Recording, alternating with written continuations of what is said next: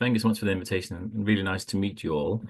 Um, I should start by saying I appreciate this is what you're learning from me, but I think there's also lots we can learn from Singapore. I think my very first job 10 years ago at Nesta was to travel to Singapore and learn about how Singaporean government does innovation and what that means for the UK and governments internationally. So hopefully we can have a bit of an exchange as well about what would you do and what we can integrate from that into our work. I'll share my screen in a bit, but I also want to say, of course, collective intelligence is a big field. We do lots of work on it at Nesta. Others do also amazing work. I know you got MIT talking at a conference later. So I'll cover like a little snippet of kind of my take on collective intelligence and some projects that we do. But if there are method, case studies, people and projects you want to know more about, please ask afterwards. Just before you join, Lee and I had a big conversation about AI and collective intelligence, which is one field we also do lots of work on that I will kind of touch on briefly. And also, Lee, in your email, you mentioned like our work in crowdfunding and digital social innovation, other fields, which has inspired our work collecting intelligence, but is not part of the center's work currently. Again, I can talk to that, but it's not covered in the presentation. I hope that's all right. So I'll jump into my presentation now. Good. All right. Just make this more. All right. So this is kind of my proposed agenda, but I want to make sure this makes sense to you. So if anything doesn't make sense, we can talk about something else, just jump in. So I'm going to start by kind of trying to cover what collective intelligence is and why we think it can improve how we do participation from citizens. Then a bit about kind of what it looks like in practice with some examples from our work at Nesta. And then I'd like to end it on kind of going through what we have learned about some of the barriers to participation, particularly from the citizen's perspective, and how we can try to address some of those through different interventions and policies. And then hopefully we have lots of time in the end for open discussion and questions. I should say I love collective intelligence and I get very excited about it. So if I end up speaking too fast or something doesn't make sense, please just shout and I'll try and slow down and more clearly explain. But apologies in advance. So I set up the Center for Collective Intelligence Design back in 2018 with my co-founder, Kathy. And we really set up with this big mission to create social impact by harnessing the collective intelligence of people and the power of technology. Within the team, we do kind of four main things. We do some research, which is more around helping big foundations, governments understand what collective intelligence means for them. So, for example, helping a development bank understand how they can embed collective intelligence and how they support communities around the world, or help a city understand how they integrate collective intelligence approaches into how they better work with communities. We also use collective intelligence methods in our research to generate new insights, tools like citizen science, to generate data and kind of fill data gaps. I'll give some examples about this in a bit. I'd say most of our work currently focuses on kind of plugging the gaps in the market when it comes to new CI solutions. So we have software developers, designers, and researchers in the team who are working on developing our own participation tool called work in progress, but it's called Zeitgeist currently. And I'll give you an example later around what that looks like in practice, mainly around how we use it to engage communities in setting priorities for how we get to net zero and address some of the challenges around climate change. And then finally, we help other organizations, mainly within government and foundations, on building their own skills and capacity to do collective intelligence. And here we pioneered lots of this work in our work with the UNDP and their accelerator labs. So here are some of the organizations we work with. I would say our work is kind of split half between doing work in the UK and internationally. So there are probably as many definitions of collective intelligence as there are kind of researchers and organizations working in the field. We've gone through quite a lot of definitions too, but we've kind of arrived at this hopefully quite simple explainer. Then we think collective intelligence is the enhanced capacity that is created when people work together, often with the help of technology, to mobilize a wider range of information, ideas, and insights to solve problems. Then within that, there are lots of different methods and tools and approaches, but that is how we describe it in our work. And we think collective intelligence at its best is when it brings the best of data, technology, and people. So in that Venn diagram, you kind of see collective intelligence down the middle. But that means, for example, using tools like crowdsourcing, forecasting, citizen science to generate data and citizen input, use tools like data science, sensor data to kind of generate and integrate that with more traditional data sets and collected by, say, for example, public institutions, and then using technologies like AI to analyze and make the most of that data to develop solutions and make decisions. And within our team, we try and kind of build capacity and draw on all of those skill sets. It's important for me to say that we didn't invent collective intelligence, and hopefully you all kind of make the most of collective intelligence every day in some way or another in your life. Wikipedia, one of the most popular websites in the world, right, is a kind of prime example of kind of using crowdsourcing to generate an amazing source of knowledge that we all benefit from and doing research and learning something new. Equally, Waze combines the best of kind of Google Maps and kind of the technologies with kind of crowdsourcing kind of input from other drivers. And as you probably know, Universe has pioneered how we do research and science, exploring anything from the universe to how we understand kind of the emergence of cancer cells at early stages. So collective intelligence is all over. I think the question we try to answer is like, how do you kind of learn from all these examples and think more strategically about them?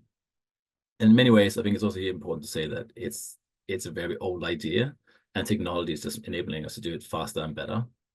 And my favorite example again of this is Wikipedia, right? So the idea of kind of crowdsourcing an encyclopedia is not new.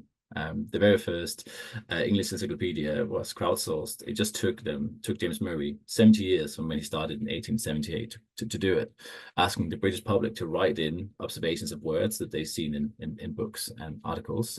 And that led to the very first dictionary, right, which had 414,825 handwritten contributions from the public. And if you compare that to kind of the modern day equivalent, Wikipedia, here we have an edit every 2 seconds. And I think in 2023, you had something like 800,000 editors making at least one edit every day, averaging around 500 articles a day. So it's like the same kind of concept and principles, but massively amplified in the kind of scale and impact by technology. And I think that's what we're looking at. Like, what is it that humans do really well that technology can amplify? In our work, both in our own projects and looking at the great work done by others, we've identified these kind of 3 main benefits of collective intelligence. It can help you identify and understand data gaps to improve your decision making. And also it can help you respond to emerging issues and crises. So COVID is a good example of this, where many of the kind of crowdsourcing projects, from like citizen scientists doing like swaps and tubes to understand where like new pathogens were emerging, through to people responding kind of changing needs or Google queries to help you understand kind of that problem better. So better data and insight is like one of the 3 key benefits from collective intelligence. The second one is more kind of classic crowdsourcing. It just helps you get more people involved in solving problems, more hands on deck. So you get more larger, diverse audiences, and that makes solutions both more sustainable and more inclusive. But by doing that, you also help build skills and capacity that enables people to solve problems either by themselves or together in the future. So again, for example, in citizen science or in citizen assemblies, what we see is that once people take part in these projects, they become real advocates of the stuff that they have deliberated on or kind of research for citizen science. And do that beyond the kind of collaboration with others. And it can help us just do things faster because you get more people involved. Increasingly, we think the most important benefit is the last one. So it helps create better, more legitimate decisions. I think in a society where we need to make some quite radical changes to how we live and work, for example, to mitigate and adapt to the kind of impacts of climate change, you need the public on board to make quite big decisions. And here, collective intelligence can help kind of build that kind of mass participation and trust, because people feel like and have real involvement in those decisions.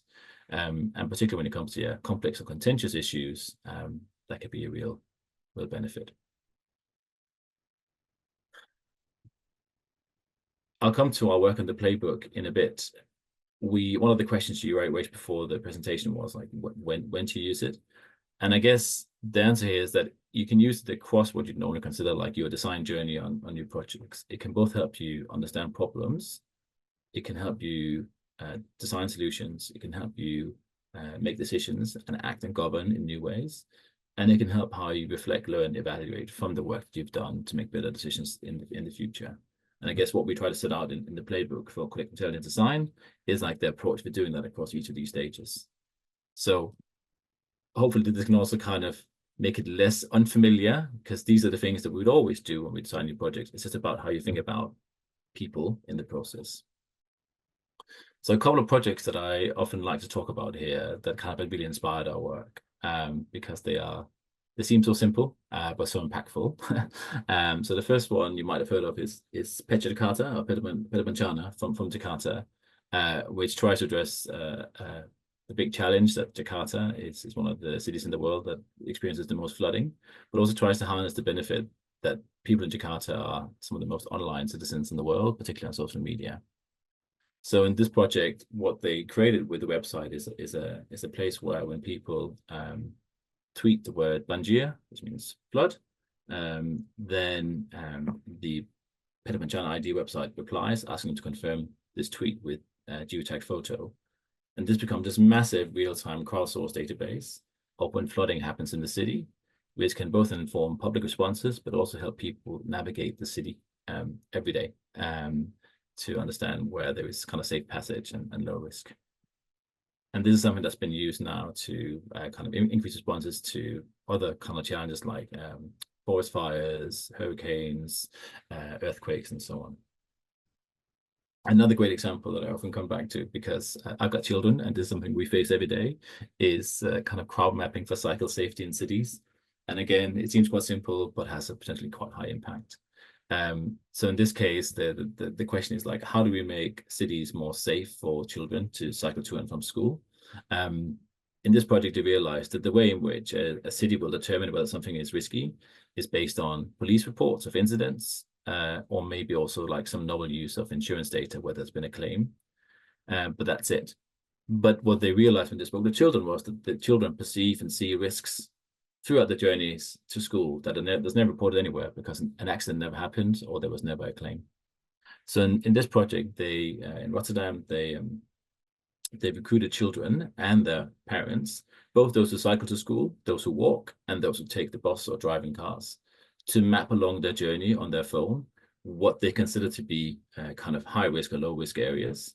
And then what you get is on the right hand side of the screen, like these very detailed kind of mappings of what children consider to be risks. For example, blind angles, corners, cars that are parked in all places, trees that kind of overhang roads, but things that you would not normally consider to be part of your risk assessment.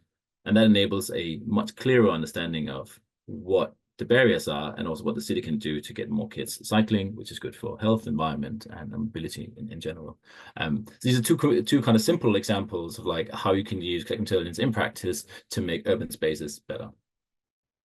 As I mentioned earlier, our approach is kind of centered around what we call the collective intelligence design playbook. It's a big but quite a free resource that's quite big to get through. So this is it. You can find it on our website following the link on the bottom hand of the screen. But in the toolkit, you have all the kind of design canvases, method cards, and other things you might need to design a collective intelligence project. So you have tools like this, you can see my screen right now, that help you think about different methods and how they can be applied in your project. So this canvas on the screen right now is how we basically try to rebuild like the design canvas through learning from case studies like Pedapancana. And here you can see how the process starts around kind of defining the challenge. And then you move into section B, which is around how you use method decks like method cards like citizen science or participant mapping to understand and map new data sources. Then you move into how you're going to mobilize people for this project, how you're going to get them to connect and interpret the data, and how they're going to act and create change based on this data. And we've used this, as I will mention later, in our work with UNDP, GLA in London, and others. And it's kind of a tested and proven method for helping other organizations learn from the best practices when it comes to developing projects to design their own localized initiatives. Before I move into talking a bit more about our work and what that looks like in practice, I wanted to just kind of land on these 4 principles. In our work, we have realized how important it is to kind of make sure you also kind of aren't just guided by the process, but also by the values that you kind of want to embed in the work, and how you want to see that manifest in the outcomes from the work that you do. So the 4 kind of principles that guide our work is, first and foremost, increase the diversity of the people you involve and the opinions you listen to. Like, you can't have good collective intelligence unless you have diverse input. And so that's kind of a fundamental to any good work. Find out how you can integrate different types of data to unlock fresh ideas. So what don't you know, and where does the knowledge about this sit, and how can it inform and be applied within your work? Enable people to contribute views and ideas independently and freely. So again, we know that there are often dominant voices or dominant narratives or perspectives in conversations. And in all our work, we try and make sure that we aren't influenced by those when we go into conversations. We are open-minded, but also that we create different forums, different places, and different platforms for people to contribute their views and ideas. And last but not least, we want to be citizen-centered, and that means we focus on empowerment through data, not extraction. And I guess an example here is that there are lots of great crowdsourcing projects that focus only on kind of how to get lots of people to kind of give them their data so someone somewhere else can make a decision with that data. We want to understand how we can play that data back to people immediately so they can make decisions for themselves, learn new skills, and be more informed to take action as well. And also ideally have access to and be part of the governance decisions made on the back of that data. I think this one is particularly important as we move into kind of the AI discussion around the right of citizens and how that can influence how we develop AI and make decisions with AI. So I'm going to give a couple of examples now of the work that we do within the center at Nesta, and hopefully they will kind of give you like a taster of the kind of work you can design using the playbook and some of the methods that I mentioned earlier. The first project is one we did actually for Nesta, the foundation, so our kind of mother organization called Marketing Detectives. The problem in the UK, and I don't know if this is the same in Singapore, but it's, you know, we have a kind of a growing obesity problem, mainly driven by the fact that people eat very unhealthy food. And what we wanted to do is understand how we could help the government be more informed around the impact of unhealthy advertising, particularly on young people. The problem we have in this context is that there is a massive data gap because most of the advertising, as you probably know, is via people's smartphones on social media apps like Snapchat, Facebook, Instagram, TikTok, and so on. And it's all tailored by algorithms to individuals, right? So what I see on my phone will be different to what Justin or others see on their phones. So in this project, we recruited 300 teenagers from across the UK to be our marketing detectives. So every day they were paid to go on the social media apps and screen grab every single food advertisement that they saw and upload it to a database we created for them, which had some basic information about their demographic profile, background, where they lived, and so on. That enabled us to create like a massive crowdsourced database of the advertising that young people across the UK were exposed to. And some of the results that you find from that, and I think one of your questions was like, what surprised you, or what's the impact you see from Click Intelligence? And I think the results from this project is a good example of like the impact you can have, right? So you find that 3 in 4 of all the food ads that people saw were for unhealthy advertising. We also found that, which is quite worrying, that teenagers who come from lower income households were about twice as likely to receive junk food advertising. We also found that teenagers found it really fun to take part in this and wanted to kind of be involved in future campaigns. It's a good example of like, once you try to engage people, they find it really exciting. And this research was then quoted and used in Parliament debates in the UK discussing a potential ban. But I think marketing detectives is a good example of how using one method, citizen science, to map and understand kind of a gap in our understanding and use that to influence policy. The next project is our work on the strategy room using our participation tool called Zeitgeist. So as I mentioned earlier, we in the UK, as anywhere else, face a big challenge around how we're going to get to net zero. So we kind of have some quite hard net zero targets, and we also, of course, already being affected by the impacts of climate change. But there is a big gap between those ambitions and the reality in terms of where we are in policy, but also kind of what the public feels about these policies and the extent to which they are accepting the change that we need to make. And at best, there are kind of national policies, but they don't take into account like different regional or local preferences, which again can help kind of widen the gap between the ambition and then public acceptability. And we also know that the kind of currently the only methods we kind of have to kind of understand those preferences is either kind of focus groups or surveys, which are quite shallow, or citizen assemblies, which are good, but quite slow moving and quite resource intensive and expensive. So with this project, we want to try and create like a digital experience that help local people kind of set their priorities for net zero. And effectively, it's both a kind of a tablet experience, so you can have it face to face in a library, a community center, or you can do it online on a browser. And what people are being exposed to here is 3 different policies that are kind of tried and tested in terms of how we get to net zero, to do with food, how we heat and retrofit our homes, and how we do transportation. And then we have recruited actors who enact these videos showing what they would look like in the future. So in 2030, this is what EV charging in a place would look like. This is what retrofitting your house would look like. This is what eating more sustainably would look like. And the first policy that people are exposed to is like people talking about kind of what this would look like in the future. Then people kind of vote on how much they like different policy options. And there's like a number of different kind of preference ranking voting options here. Then they have a small group deliberation, typically 10, 15 minutes about the policy option, and then they deliberate again and vote again. And what we find is for all policies, even with a short kind of window opportunity for deliberation per the voting either side, people change their voting. So the kind of conversation, the deliberation with others, even in kind of short amounts of time, helps change people's preferences. The other thing we find is, and I won't go into too much detail on this, but there are lots of kind of policy options on a transport. For example, you can choose kind of better public transportation, better EV charging, kind of redesigning inner urban spaces for more kind of walking and cycling opportunities.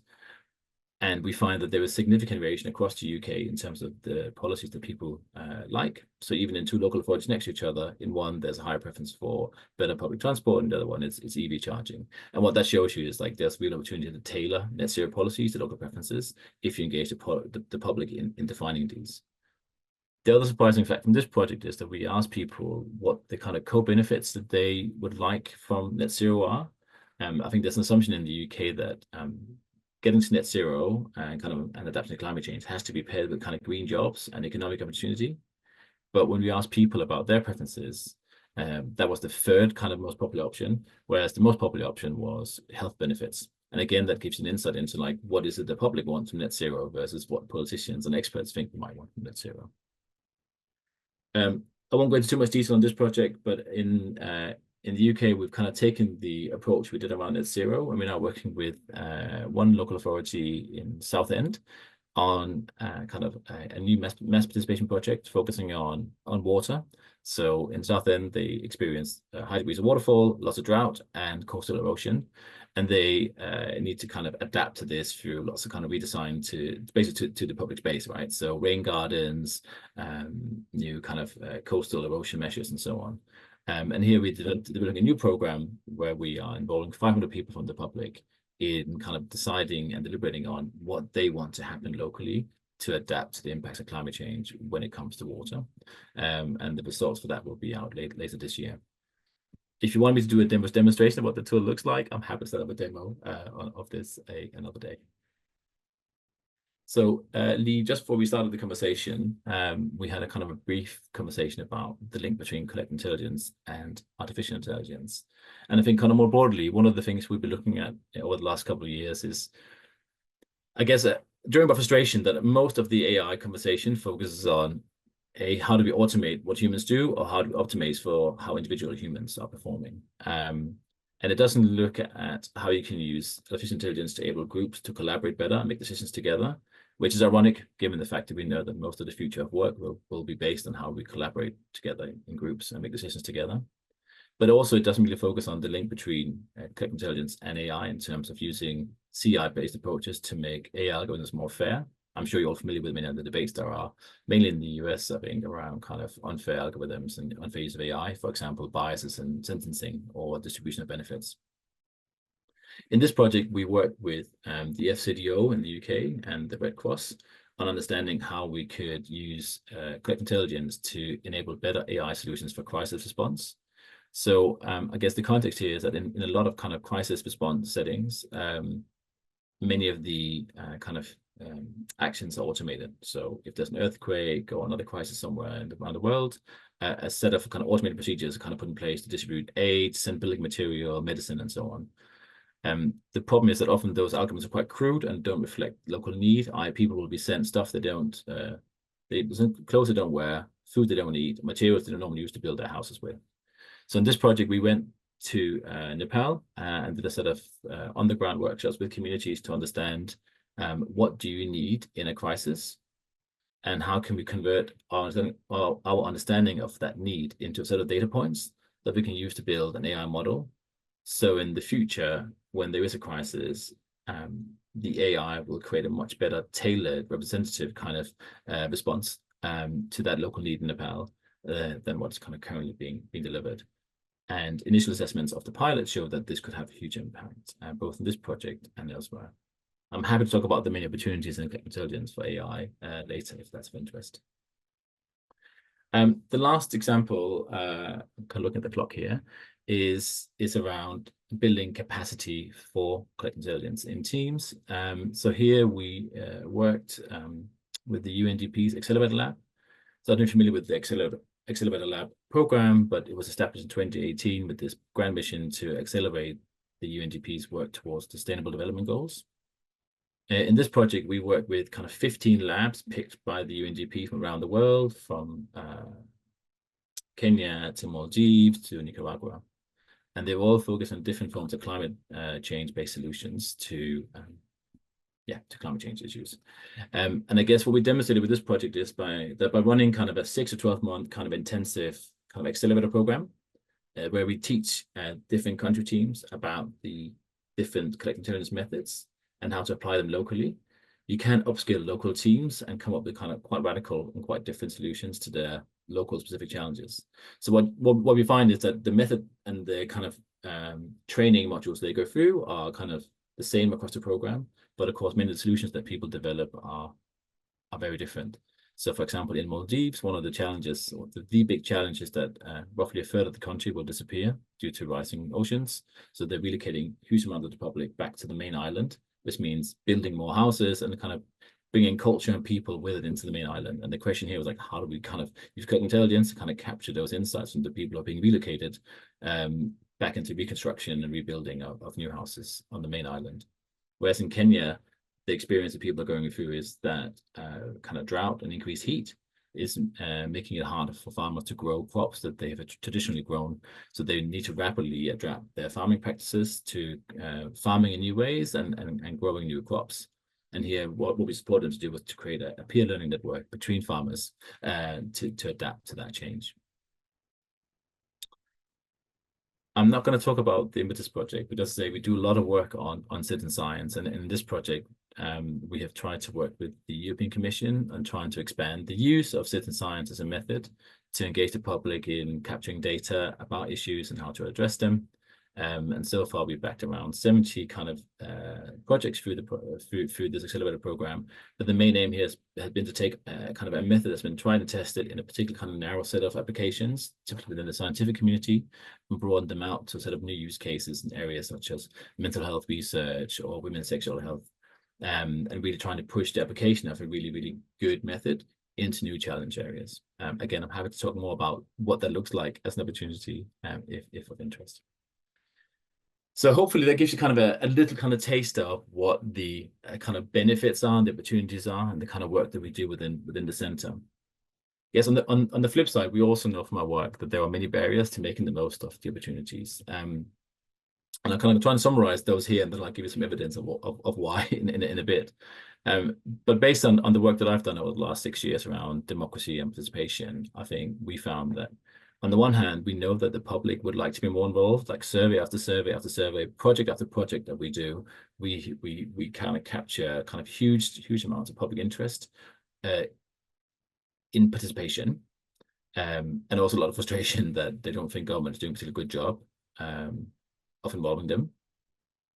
We also know that we expose people to different methods. There is interest in participation through a variety of methods. If you ask people about participatory budgeting, citizen assemblies, citizen science, crowdsourcing, different people have different preferences, but everybody wants to participate in one way or multiple ways. We also know that trust in institutions is seen as the main barrier, followed by just not knowing how to participate. And we also know that if we really want people to participate, coming back to the climate change project I mentioned earlier, it's really about kind of those health benefits, the local and community benefits, as they are often or almost always seen as the main drivers of participation. People don't really care about kind of national green policies or the SDGs. They care about kind of clean local streets, their community, and kind of local benefits. So I'm going to just talk you through kind of what that looks like in numbers from some of the work we did. So last year I did some work for the European Commission, and here we kind of surveyed just under 5,000 people from 7 European countries about kind of their interest in these big European missions. So the missions are kind of net zero cities, adapting to climate change, clean oceans, healthier soils, and combating cancer. So missions that are kind of not unique to the EU, and that they are kind of the big challenges I think most societies are kind of addressing. And I think some of these results from the public opinion side would also replicate elsewhere. So we asked first the people, like, do you think it's important that the public is involved? And 2 in 3 thought it was very or extremely important that citizens are involved in addressing these big societal challenges.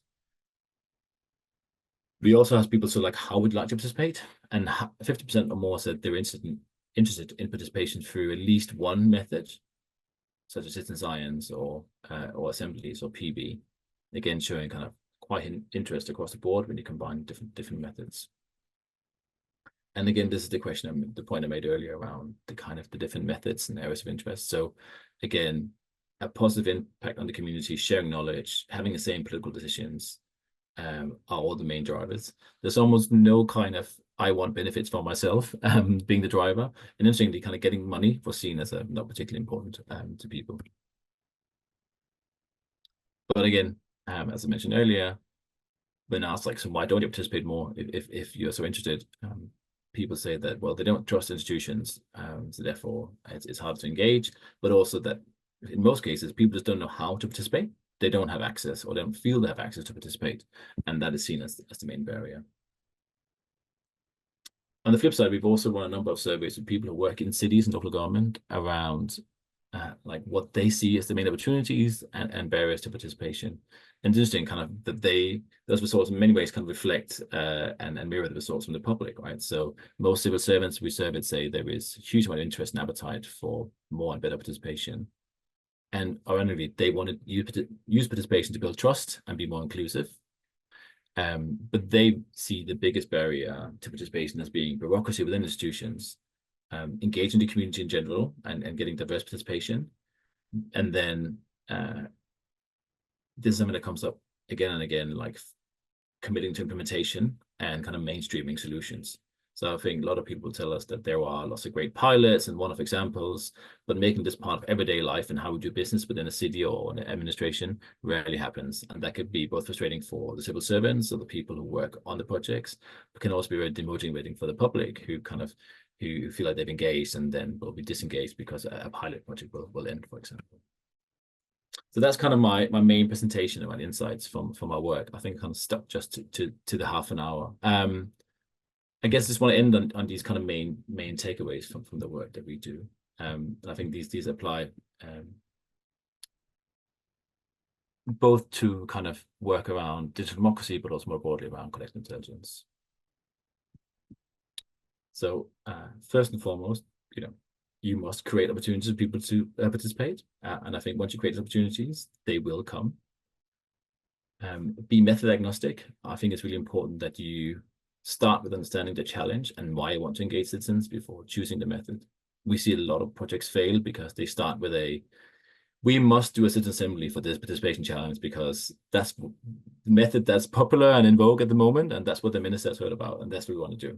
Like really challenge the kind of assumption around kind of what is the best possible approach to address this participation challenge, or like let's test out lots of different approaches and come up with what we think is the best one. Which gets me to the next point, which is like, don't be afraid to like do experiments, try out, test new approaches, learn from others, come talk to me about what we've done. And within that, make sure participation leads to impact and citizens have a real mandate. That's a very famous kind of saying that, the only thing worse than no engagement is poor engagement, right? Like that if you don't give people a real mandate, or if you don't follow through on the stuff that they told you that they need, that could be more demotivating and disengaging, and corrosive than not asking people at all. But also be ready to have some really mature and honest conversations with people around kind of why you might not be able to follow through on those recommendations that they made to you because it can't be afforded or it's not legal. Again, we find from our work that the public is actually quite mature and respects kind of decisions being made as long as they're being informed. And the last 2 points is more around kind of investing in kind of your own internal capacity and process of participation. So I think the organizations who do this the best are where they have either dedicated teams who are kind of leading on participation, or they've kind of reskilled like an existing team, like a strategy team, for example, to develop participation skills. And I think this is also where like the digital comes in a lot. So there will be a lot of people in cities, particularly in the UK, who have amazing community engagement skills, networks, but don't have any kind of digital background, which means they can't leverage many of the benefits I mentioned earlier. So really think about how you build in like the digital capacity building into those teams or entities. Of course, keep focusing on diversity and representation, making sure that everyone gets to take part. And yeah, finally, make sure you follow through and implement the projects that you do, and that there's a plan for kind of following through at the pilot stage. So guys, that's kind of like a quick summary of the work that we do in this, what we mean by collective intelligence, and what I think some of the key lessons are. As I mentioned in my introduction, I think there's probably a lot of stuff that you're interested in that I missed. So please do come and pick those up in the questions.